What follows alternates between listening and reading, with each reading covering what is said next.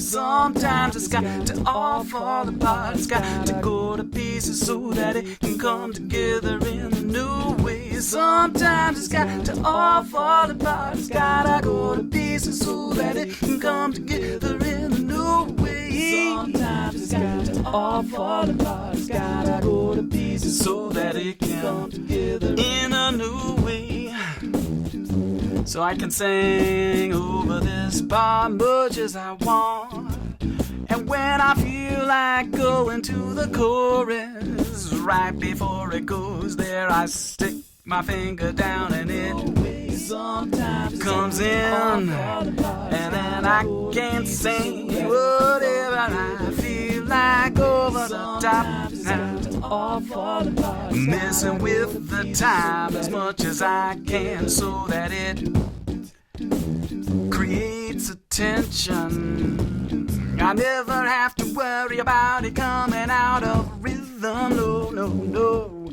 Because my distance between the first two button presses was so in time that it will never fall out. It won't fall out. The only thing that I can do to make it fall out is to hit stop, and then it stops, but I can bring it back in time.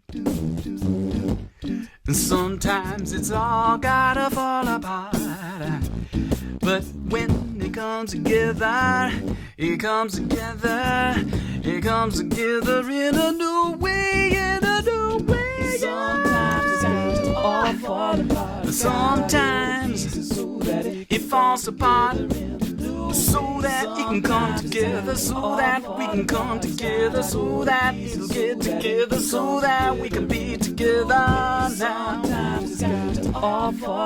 You don't gotta worry if those overdubs ain't quite in with the rhythm. Blur them up and chorus it, yeah. So just a couple examples of how we can take something that is kind of playing with the rhythm a bit.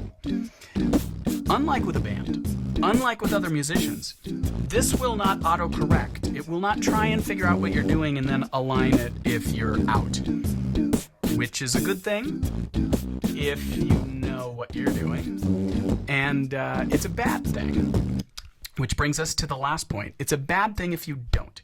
So there is no greater tool for musicianship than a looper, in my humble opinion, because it doesn't lie. It will never give you feedback that you're doing great when you're not. It won't tell you necessarily what to change. Oh, you know, you really need to work on the tension of when you press the button, it seems like it speeds up a little bit. It won't tell you that, but it is a mirror for exactly what happened. And it will just keep repeating exactly what happened. Once you get it in here, you can't get it out. So it will grate at you, and it will annoy you, and it will tell the truth to you in ways that you just can't get with other humans. We have a natural tendency to adjust and to try and find where things are. This won't do that. So it can withstand an amazing amount of tension that is very useful as an educational tool. Part of the reason that I got to be good at rhythm is because I practiced with a looper. Part of the reason I got to be better at harmonies is because I practiced with a looper. If it's not in, you'll hear it. And, you know, we don't always like what the mirror has to say to us, especially as we age and the hair goes away and it gets gray and, you know, it's easy to judge ourselves harshly by what we hear coming back out of something like this. But really what anybody wants to hear musically, what they want to hear is humanity. What they want to hear is vulnerability, generally. And something that's real. And that's not always perfect. So try not to make it perfect.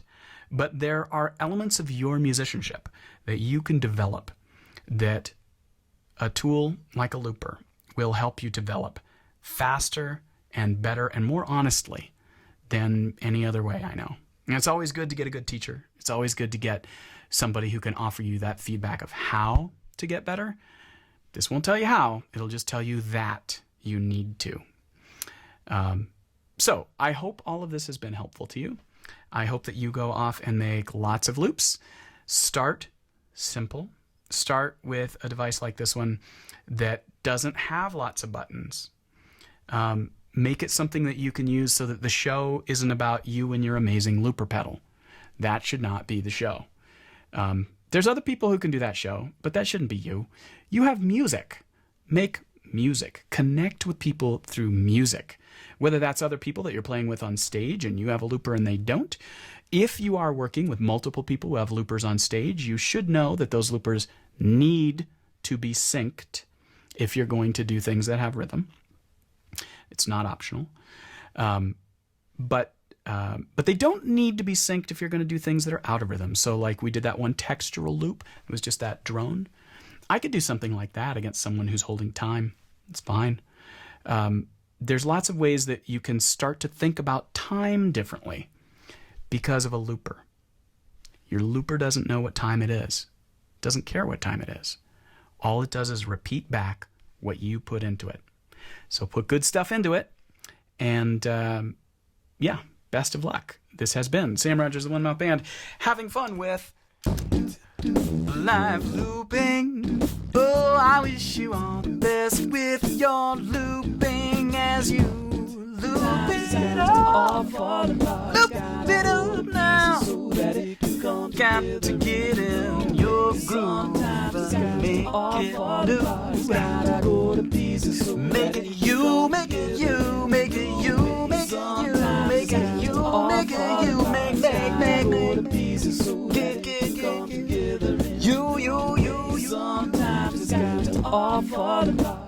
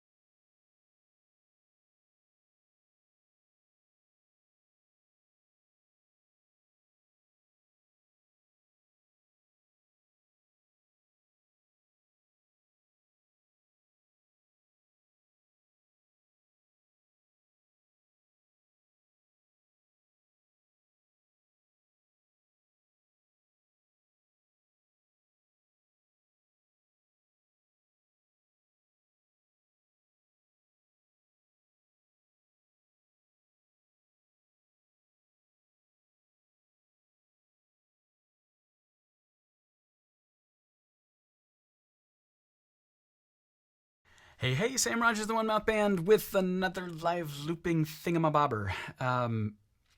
We played with being able to put things into the loop musically a little bit, but we haven't really talked about song form. I was kind of alluding to it last time. How do you get an A-B song structure? How do you get like verse chorus or something like that? What do you do about a bridge? What's the kind of sequence that you put things into a loop so that you can break them down again later? The more that you have that you know that you want to do, kind of the more boxed in you get maybe with some of the approaches to looping. I would encourage you to just play. Just play with the looper and see what works. Don't necessarily try to recreate a whole song that you've written or that somebody else has written. Write something with the looper and play and see what comes out of it. This is a creative constraint, and it's one that will help a lot of creativity come through. So, example. So Simple, So Beautiful is a song that I wrote with a looper, similar to this one. I went around the world for years with the Boss RC2, which has essentially the same kind of functionality as this, but it's battery powered, so you could take it anywhere.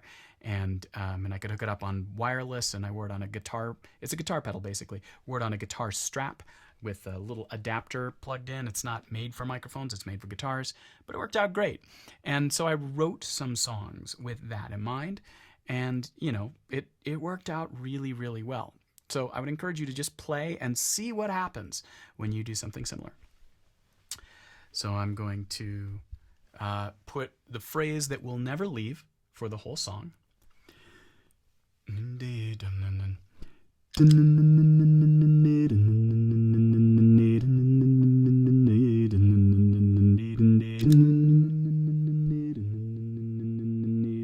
Hopefully I got the timing right. Yeah, that's good. So this part is the root part of the song that will always be there throughout the song. Of course, unless I hit stop, in which case it's not there anymore. And the timing isn't really playing anymore. As soon as I hit this again, it goes back to the beginning of that loop. So no matter where I hit it, there's no time happening when we're in stopped mode. It's not like, and different loopers will do that differently. Maybe they'll have some options, but it's good to be able to play with it this way. So now I can put something else in. What goes next? Oh, so I want to be able to come back to this part as it is. That means that every part that I do next has to be part of the same 2 button presses. This is button press 3 and 4. This is going to be most of the song, but not all of the song. We'll get to the end and it'll make a little more sense. So I want to put in the drums. I'll keep it pretty simple. And I also want to put in something else that'll be like an ooh part. And I'm going to put in a couple layers of it. But the reason I'm doing it all in one pass is so that I can take it all out. And it just goes back to this part. And this is where you get, it's not exactly A, B. It's more like A and A plus B or something like that. Here we go. Getting the feel for the timing, and then here we go.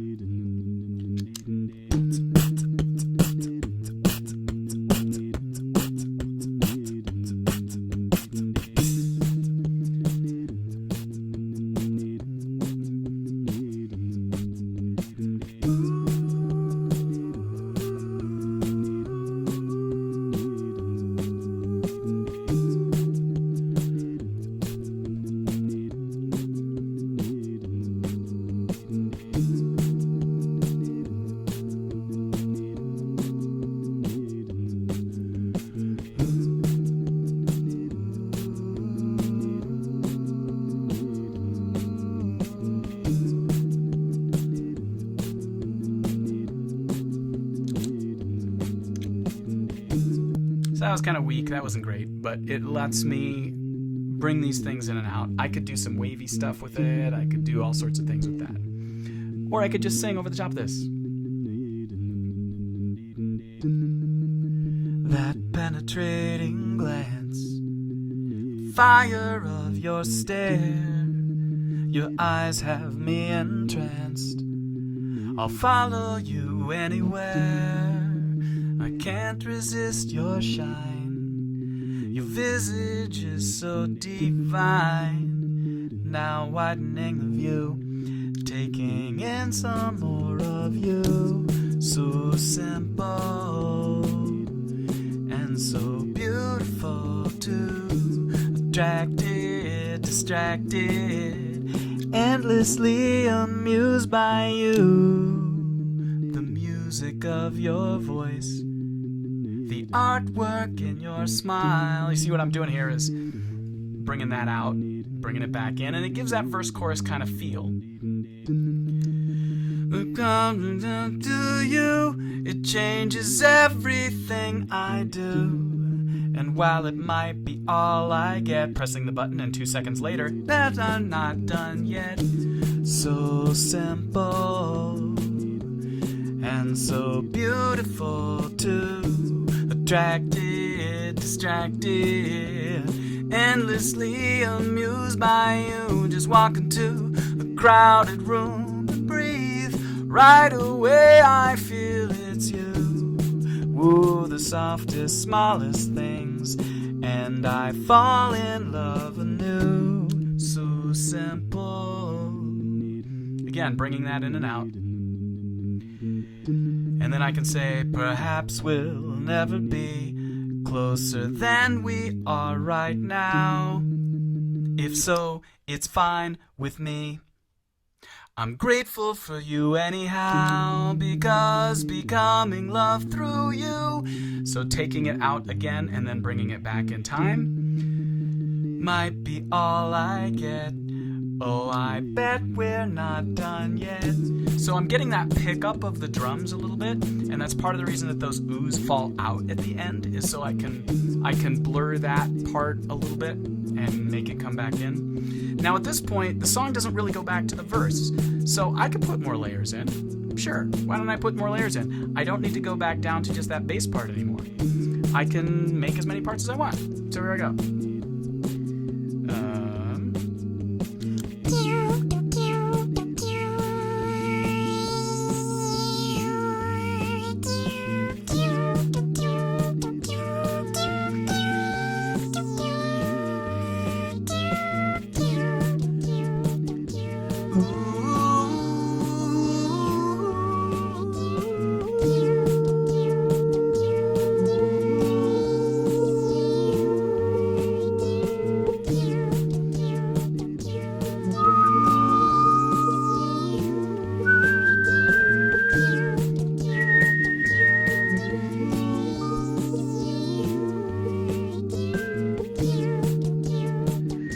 Now that might not be the most, again, musical choice to make, but we can bring these things in and out like that for big dramatic moment, big finish. I often will do the big finish where I cut out the part and then have like the last tag of the phrase. So it'll be so simple, so beautiful, so simple, oh, so beautiful, so simple, so beautiful, so simple, so simple.